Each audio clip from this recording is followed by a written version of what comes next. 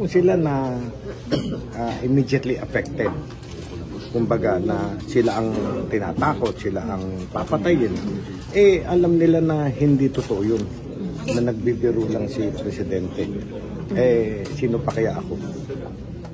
Yan. Director, paano nga kung merong mga senator na mag-iet na tinuturing nilang banta sa buhay nila yung joke kill ng Pangulo? Gaano kalakas yung kaso kung sakali malakas pa? Ay, titignan natin lahat ng angulo.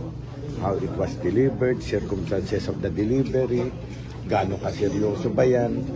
Lahat po yan, angulo, ay titignan natin. Sir, ang mga nagrereklamo ngayon is mga congressmen. Can they file yung complaint instead yung mga senators na sila yung pinagbandaan? Pwede ba yun? Ayun na nga ang isang ano ko, with due respect sa kanila, no? Eh, sila ang nagtutulak ng kaso, eh hindi naman sila yung involved actually, yung mga senator. Tsaka, tingnan nyo, hindi naman sinabi kung sino doon sa 15 yung papatayin Sino ba yung 15 na yun Yung bang nakaupo o yung tatakbo, no? At tsaka, kung di ba naman talagang lukuhan lang, meron ba naman porkit namatay ng senator automatic na yung kandidato ni mga senador ni Presidente Digong, yun na ang papasok. Siyempre, kung mamatay man yung mga kandidato, merong substitution. Hindi sila. At iboboto pa rin ng taong bayan.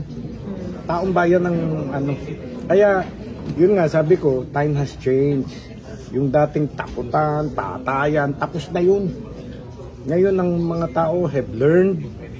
Yung mga tao ay alam na yung tama at mali. At yung mga style ni Presidente Digong na gano'n, puro patay. Eh, dati yun. Kumbaga sa ano, alam niyo mga tao, kumbaga sa antibiotic, na-immune na kakaganon. Immune na, hindi nakakagatin yun. No? Wala nang naniniwala, palagay ko. So sir, sorry, dagdag lang po. Sabi niyo sir, wala naman nabanggit na specific na pangalan. So if someone will file this, will it hold? Kung sabihin niya na ako yun ng ano tignan natin, no? Titignan natin.